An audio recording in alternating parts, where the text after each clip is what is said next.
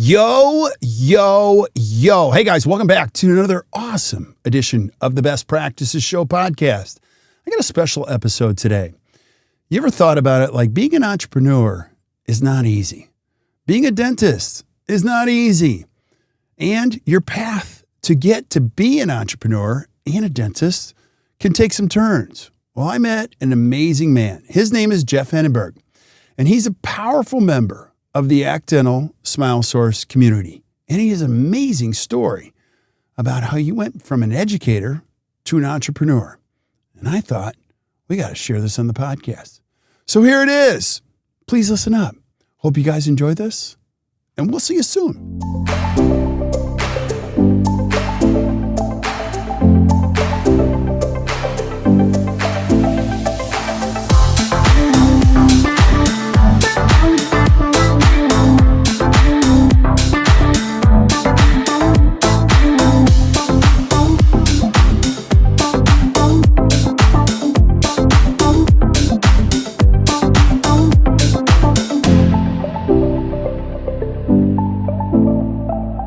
Hey guys, welcome back to the Best Practices Show podcast. You know the jam around here. I get to meet the coolest people in all of this great industry and share their stories with you. And so you can create a better practice and a better life. So I don't care where you're listening. I don't care if you're in your car or listening while you're cleaning the garage. People tell me they're cleaning the basement and they listen to the podcast. I don't care. It doesn't matter, but we're going to keep bringing it. And I got a new friend on today. In full transparency, we've only met one time. This is our second time meeting Dr. Jeff Henneberg, and he's from Spokane, Washington. Did I say Spokane? Yeah, you probably get that all the time. Like Spokane, right? Yeah, you bet. Yeah. So Jeff, thanks for being on. I really appreciate you, buddy. So my pleasure. Yeah. You bet. Sounds good. So let's start here. I would love for our listeners to know, we have a lot of listeners now, a lot of young ones, some dental students, even pre-dental students send me an email. I'm like, let's start with here. Who are you before we get started? Give us a little background in your bio. Okay. Well, I've been doing this for 20 years now is all. But I'm also 56 years old, so there's a little life in between dentistry and coming out of college and stuff. So I wasn't always a dentist. I started off a whole different career path. Halfway through my pre-med of going to undergrad, I wasn't doing very well because I was more interested in surfing and diving and enjoying the thing of a 20-year-old, I suppose. So I set my father and I said, hey, listen, I got to take a year out and figure out what I really want to do, if this pre-med thing is the way to go or not. So I went out to the middle of the Pacific and taught English to the Marshall Islands, where I could surf, dive, and fish. Wow. Oh, and then teach a little too, whatever. And there it's where I got a little bit of a teaching bug. And when I came back from doing a year there teaching, I changed to education. Finished an education degree, taught middle school math for 6 years while I was working on my admin degree, and got my I was almost done with my admin degree when a small school up in northern Idaho needed a principal for their elementary school, a little private school. And my mentor at the time said, you should just go through the process of applying for that, see what they say, and go through that. And I guess they thought some young guy coming out would be the way to go. So they hired me, and I was continuing my admin degree at the same time. And so I was a principal for an elementary school for 2 years. And I taught one class of math at the time too. But all along, Kirk, I was an entrepreneur, I think, at heart. I was wanting to own my own business, be in control of my own time, and kind of my own boss. Mm-hmm. Having your own classroom can kind of feel like that a little bit, right? Follow some rules and so forth, curriculum, all those things. Having your own school, so to speak, can feel like that too. But at the end of the day, all of that isn't really that. And politics and parents and some of the things that cause stress for educators today were true for me. Yeah. And I found myself in two camps. One, I'm doing time here, or the other, this is their passion. This is who these guys are, and nothing's going to stray them from that career. and I was somewhere in the middle. And being in the middle, I felt myself kind of gearing more towards doing time and not feeling the passion of that. So it was one summer, I had a neighbor that built a house in our little neighborhood in this small community and in Idaho. And I had not met him. He was down a couple. And I was really searching for something different. My wife and I, we didn't have kids at the time. And I said, I got to figure out what I want to do, really. Like, let's figure this out. Because I'm not happy and I have no time for myself. I can't imagine having kids right now. I'm living at school. I'm all this stress, yada, yada. And so I went down, knocked on his door, and I said, hey, I just want to know what you do for a living. I know it's a weird thing to ask somebody right off the top, but you seem pretty well adjusted. You're here often enough. Every time I'm here, you're either mowing the lawn, you got 2 kids, 1 on the way. And I just want to know, tell me you don't trade stocks from home, because I can't do that. But I'm at a place where I want to know some options. And he was a really nice guy. Kevin was a really nice guy. And he said, well, that is an odd question, but I'm a dentist. And then I said something really stupid. I said, what are you doing in my neighborhood? Because you shouldn't, I had this idea of what a dentist is and how much money they make and all these things. And he didn't take it too personally. He said, why don't you spend a day in my office with me? So I took a personal day, spent a day in the office, and I realized that he's serving his community, which is what I'm already doing. He's his own boss, which I kind of feel like that, but he really is. He gets to help people all day, and he gets to lead a team. So he's a leader. And the only thing outside of the things I kind of felt like I was already experiencing was that he had his own time and he had to deal with a mouth. So he handed me a book, How to Study for the DAT, DAT, and I immediately just dove into it. And I started feeling like I knew about half of it. And I felt like I could figure out the other half. And so we just dropped ship. It was August, school starts in September. And we just left everything. And I went back to undergrad as fast as I could. Wow. I took 2 more courses, physics and OChem, and got into a Kaplan review. I don't know if they even have those anymore, where you can study ahead of time, take classes, audio classes, and have lectures and try to get ahead of things so that I could take the DAT in January, because I needed to finish all those classes, right? So you can get into the next calendar year of school. Anyway, long story short, got into school, got into dental school, and wished I'd done it sooner. It's an amazing career to have the things, the time that I wanted, and the ability to be in all those like spots, right? The boss, the own time, you're leading people, you're serving, you're in your community. All these little check boxes, man, for me, it really made sense. Yeah, that's so cool. Okay, so go back to that. So I know that's a lot of information. I have so many questions. Story, I love it. So exactly how old were you when you knocked on the door? I was 30. You were 30. That is awesome. What'd your wife say when you told My her? wife is amazing, because she's like, well, we don't have kids. Yeah. She was a women's health, public health nurse at the same time too. And she said, what's the worst that could happen? It doesn't work out and you have a career. So we can go back and let's take a risk. Let's go for it. Let's do it. So let's do it. So she took on 3 jobs and we plugged away. Yeah. Okay. You also asked the dentist, what are you doing in my neighborhood? Go a little bit further on that. Like, what did he really say? Why do I live in this neighborhood? Because I've heard Behrendt shared a little bit of this story. I want to hear more. Well, he nailed what he said to me was actually profound, because the thing I did not have was time. Yeah. I could not see myself outside of school all day long, every day, it felt like. From the morning you woke up, you're the first one there and you're the last one to leave. And family time and all that just didn't seem like it was going to be a possibility. So I needed time. I just wanted time back. And he said to me, I go, what are you doing in my neighborhood? And he said, well, I'm not going to be offended too much, but I chose dentistry for the fact that I could dictate my own time, he said. Yeah. And I was like, whoa, blown away. Like, you just said the thing I needed to hear. That's why I got all like, ooh, tell me more, right? And so when I saw he worked 3 days a week on purpose, he didn't want to work any more than that. He wanted to spend time with his kids. He had chosen this path for that reason initially, which was pretty insightful for a young dentist coming out, if he could do it. And he could. So he chose to live in a community where he could handle the payment of his house and do the things he wanted to do and keep within his budget and make it work.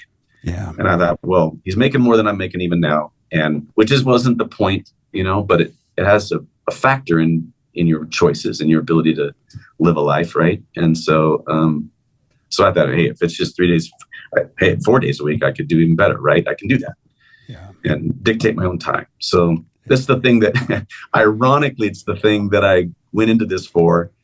I would say that hasn't come true now with 3 practices and 35 people working for you. And there's a lot that goes into that. And time seems to be the thing that gets pulled back in, right? Like you don't get it anymore.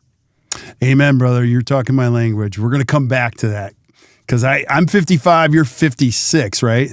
So I always tell people time is the new rich, man. I don't care how much money you make. Whoever has control of their time has control of really is wealth. Don't you agree?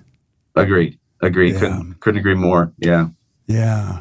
Okay. How we get more of it, right? All these, everyone's trying to live longer, and we are as humans and US, and everything. Yeah. But amen. Time. I'm so curious. Okay. So go back to the poll internally. One of the questions I have, and I don't have an answer, is can entrepreneurship be taught? Because it sounds like you had a fire burning inside of you. I always joke. Now I'm going to give you I've told people I'm not employable. I don't think I could. I've tried it. I have this burning thing inside of me that I just got to do it my way. Was that true for you? I think I didn't identify it sooner, but I think that's true. Without it being your way, your vision, your dictating of your own time every day, right? That to me, it says be your own boss. You can't work for the man and have that kind of mentality around it. Can it be taught? Can it be something you see and go, ooh, I want more of that. Show me how to do that. I think we all have the ability to change. I think we all have the ability to think about life differently, move therapeutically, whatever it is, in a direction that's more healthy and fits for who you are, or who you want to be. So I would say, yes, it's teachable. It's great with those guys that have it from the get-go, right? And they seem to get ahead of the game, but I'm still learning. Oh my gosh. Right. That's why I do this podcast. I get to learn from you today and every day. Yeah. So posture for sure. We'll go. Okay. So tell us the rest of the story. So you go to dental school. Where'd you go to dental school? I went to Loma University in Southern California. Okay. And then what happened after that? You graduate in what year? How old are you? 2005. Okay. And I didn't want to live in Southern California. So we looked kind of going back up to our roots where we were in the first place, which was Northern Idaho, Spokane, Eastern Washington. So finished a little early, finished in March when everyone kind of finishes, May, June, whatever. And so it gave me a little head. I think probably because I also knew exactly, I was a little older and exactly, I was always the last guy in the lab, still working on stuff. And I don't know, I just had a different perspective. I didn't need to go out and meet everybody, and have the fun party or whatever. But so got done a little early. So I was able to come up here and I associated for a year for a guy, almost a year. And that was just to get wet. I knew I wanted to be my own boss still. I just didn't know that I could do that, right off the top and go de novo or something like that. That didn't fit who I needed to I wanted to learn from somebody. I wanted a little mentorship, a lot of self-confidence, but you don't know what you don't know. And I felt like I knew that enough. So worked for a guy with the promise of, he's hired lots of people with the promise of something.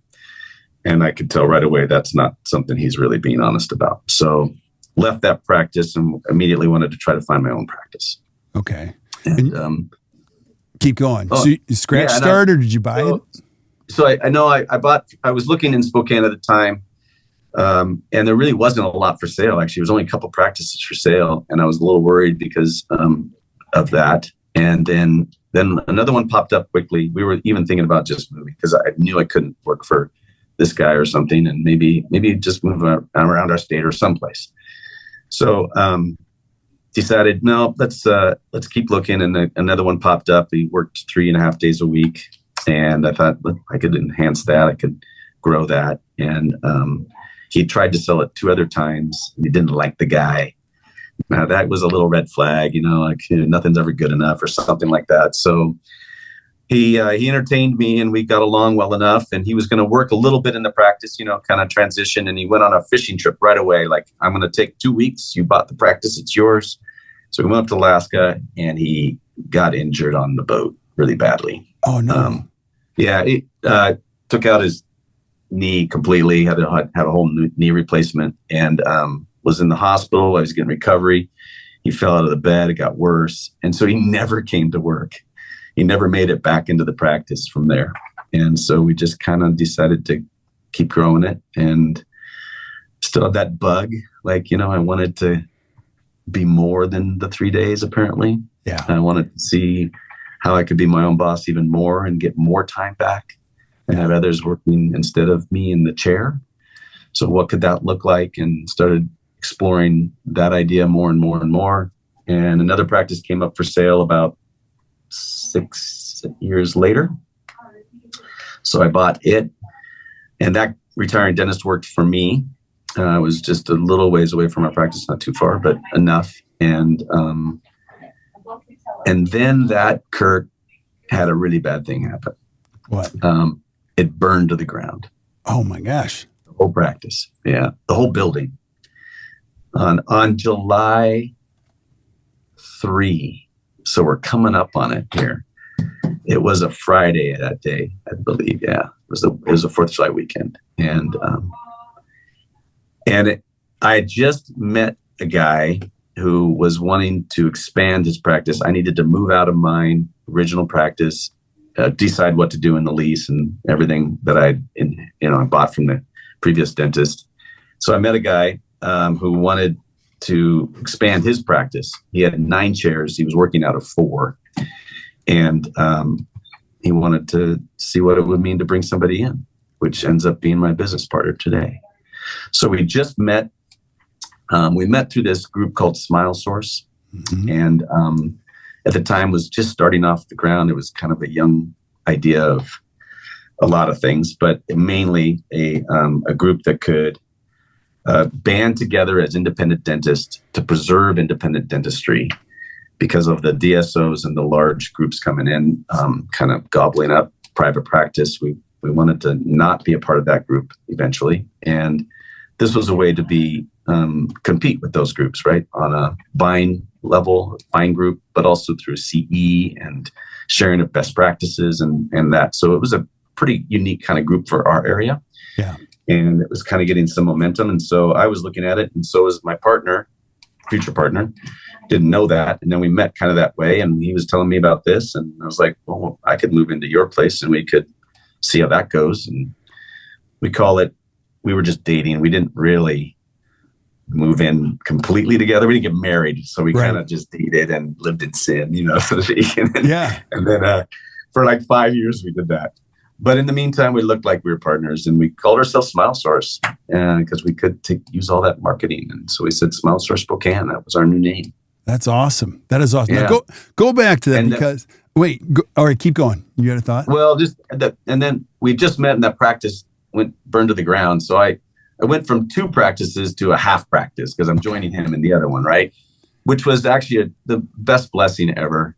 It was a really good thing that happened because it made me kind of refocus and go, now I've got a partner that can share in this idea of expansion, of getting ourselves out of the chair, of enabling us to grow, right?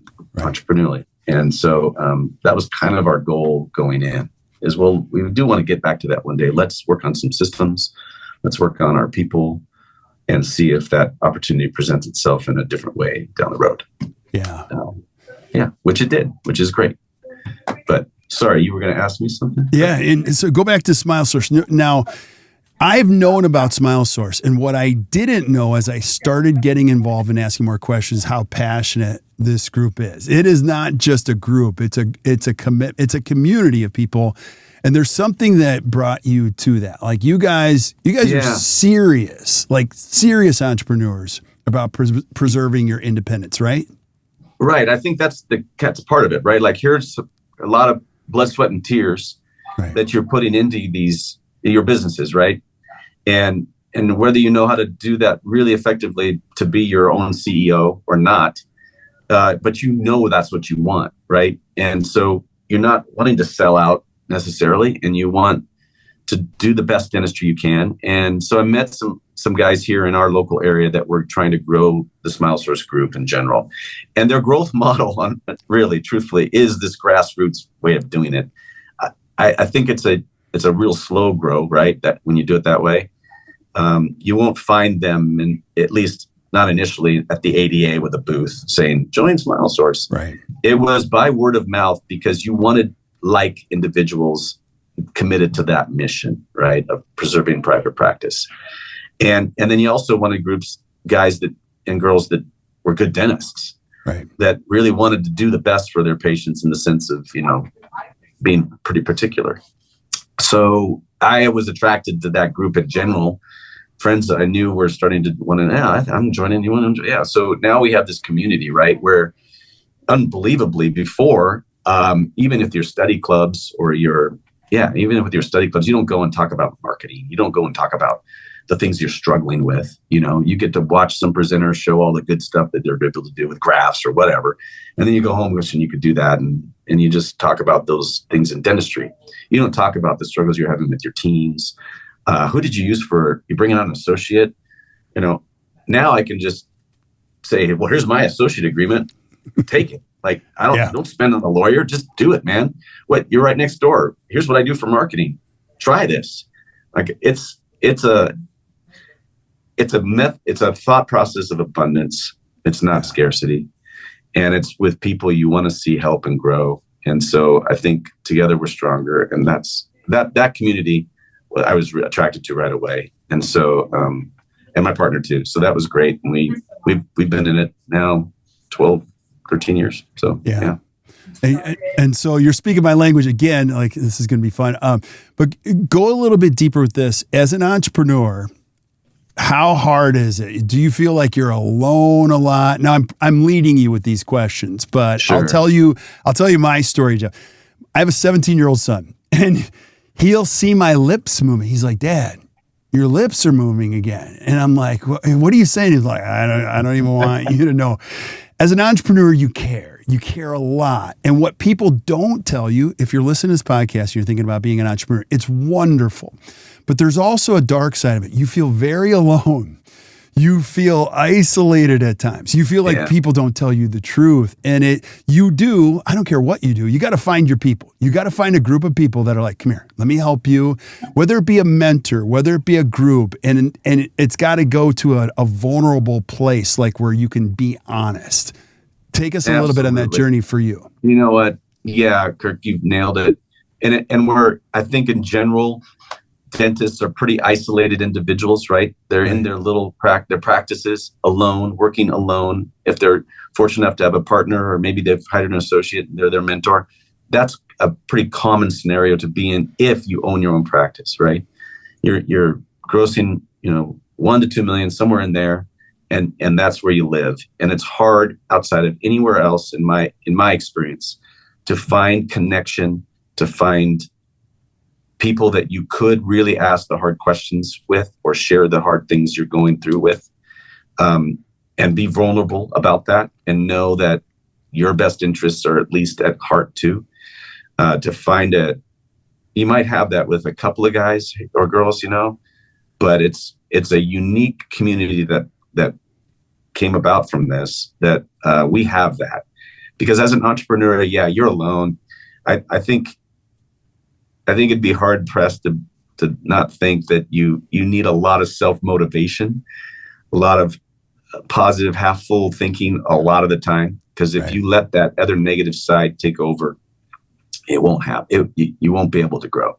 Right. You'll wallow in your own mess, and And there'll be times when you need the lift to get you out of that lower 50% to that higher 50%, right? To that half full part. And man, I've found a group of people that I can really lean on that way. In fact, one of the guys that's been in the group for a long time, I just spoke with last week, and I've checked in a while. And he said, I'm just checking in on you, man. How you been?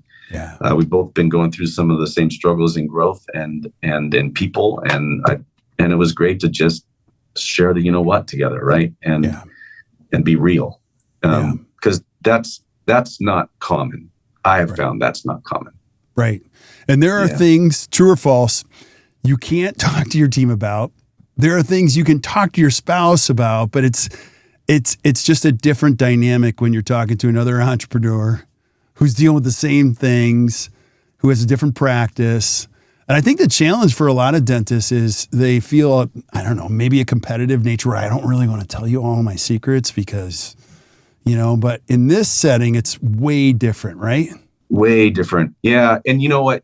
And that's what happens. And it may not be that way across all the United States with at least our group of Smile Source docs, but in my neck of the woods, we'd meet, maybe there's 10 or 12 of us that meet. We meet once every other month or two.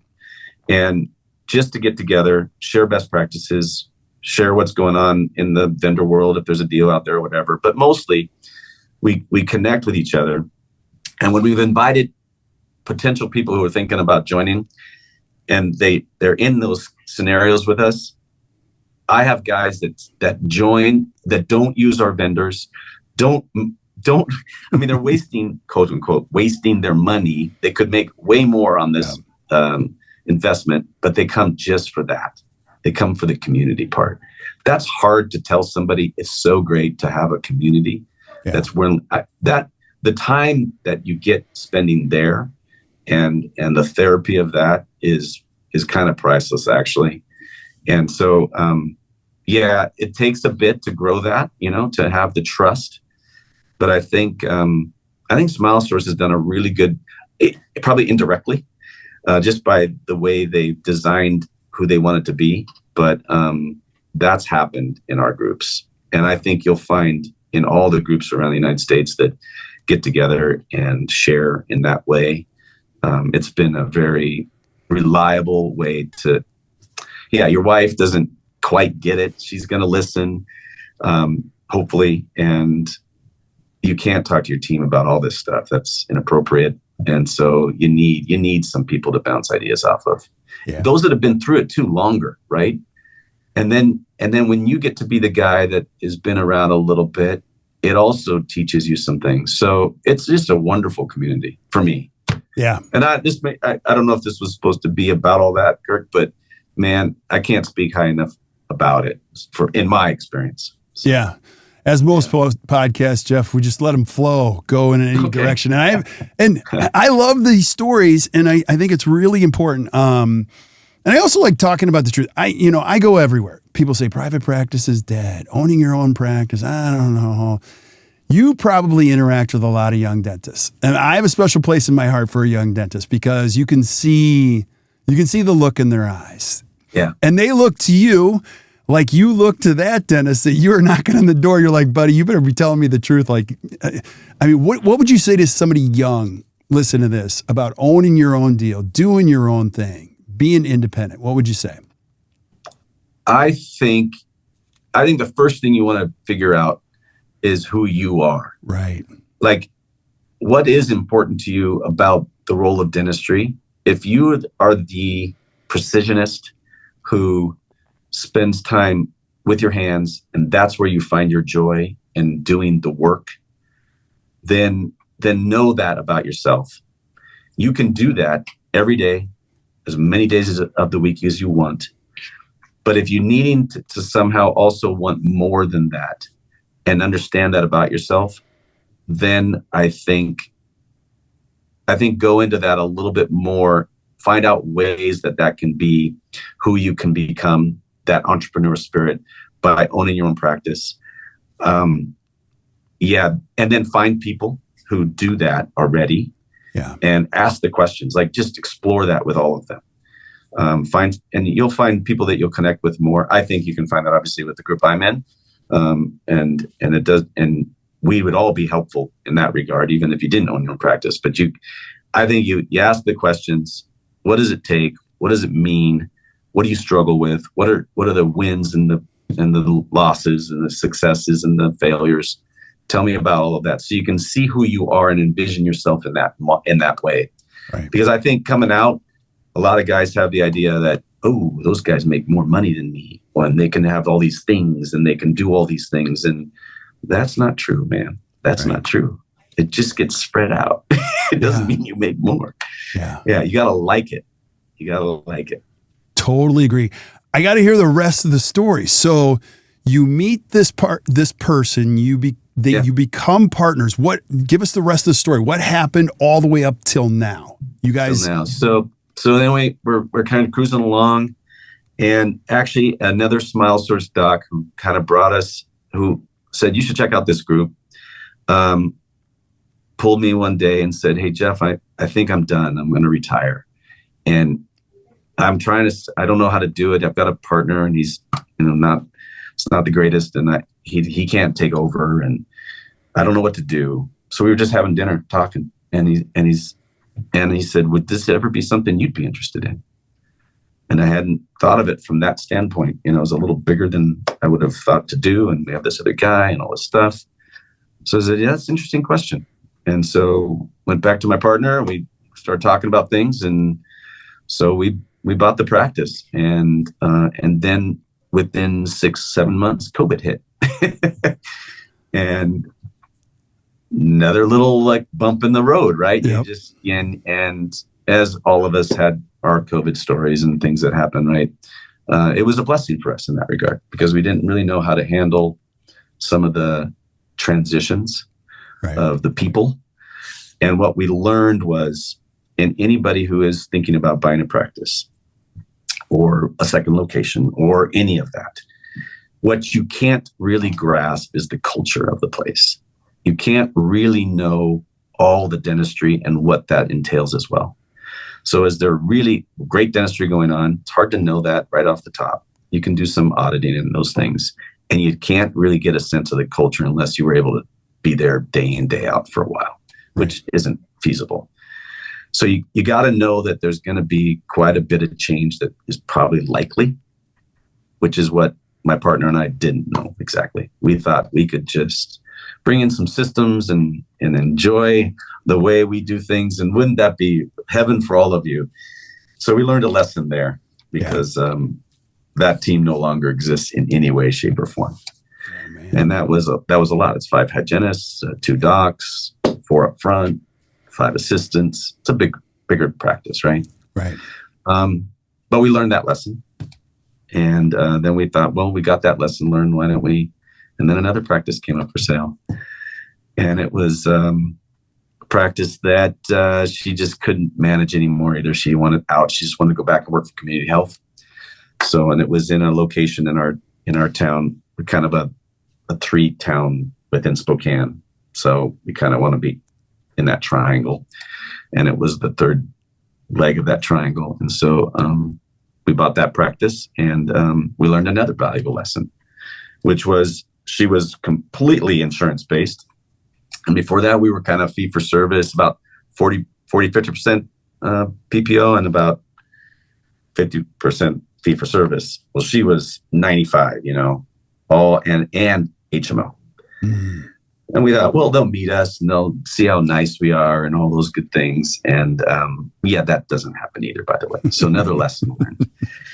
And so we had to kind of, almost felt de novo. We had to kind of really start from scratch again. And we did. So we have the 3 locations, and we're happy where we're at. We're growing. And we just hired 2 new graduates. Awesome. And so I'm in a mentor state at the moment. And it's good. Yeah. It's good. Well, I'm going to ask you to predict the future. I want to know what the next chapter of your life looks like. What's the road ahead look like for you?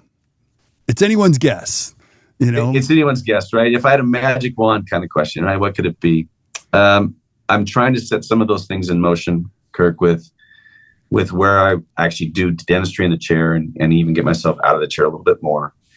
And I've fallen in love actually through some Smile Source and other colleagues to the All on X, surgeries and helping people really change their path forward with new teeth and new approach on life. And it's been super rewarding. So I'm trying to gear myself to do those things within the practices and let everything else go to other people and grow them in the same way, so that one day they can also do those things and have a big toolbox to work out of. So if I had my way, I would do that for the next, this idea of retirement too is another concept I'm not quite sure about. I like where I'm at. I like doing what I do. Don't want to do it, 5 days a week. No, but I don't know. I don't want to stop doing it either. So do I have an end date? I think that's a concept that, I don't know. My dad's always said, as long as I'm not hurting, he's an OBGYN, as long as I'm not hurting anybody and I'm a contributing member of my practice and community, I want to keep doing it if I like it. I don't want to not disengage from it. And so he just retired at 76. Wow. And that's because he couldn't see very well anymore or something, So it was a little harder to do all that. So I don't know. I don't have a stop date. And so I like doing these surgeries. I like growing people. If I can continue making a difference that way, then I'm all in. That's awesome. I'm going to save best for last. And then I'm going to have you back again and again. I have so many other questions. Other topics I want to go. You said at the beginning, time. And I think you and I, probably you more than me, have some better perspective. You seem like a smart guy, like being 56 and 55. You're talking my language. It's one of my favorite things. It's one of the things I wish I would have learned more about is the value of time. And now that you and I always say I'm playing the back nine, like I'm on the back nine, and it's a different perspective. It's not a sad one. It's a perspective type of thing. Sure. Go back to what time really means to you. When you made a decision to be a dentist so that you could be in more control of your time, what does that mean? And how important is that to somebody who's listening to this? Because I think it's one of the things people don't talk about very much anymore in dentistry, I think we could all, as an entrepreneur, someone who wants to be in their business, you could spend every waking moment in that mindset. Right. And not balance life a little bit.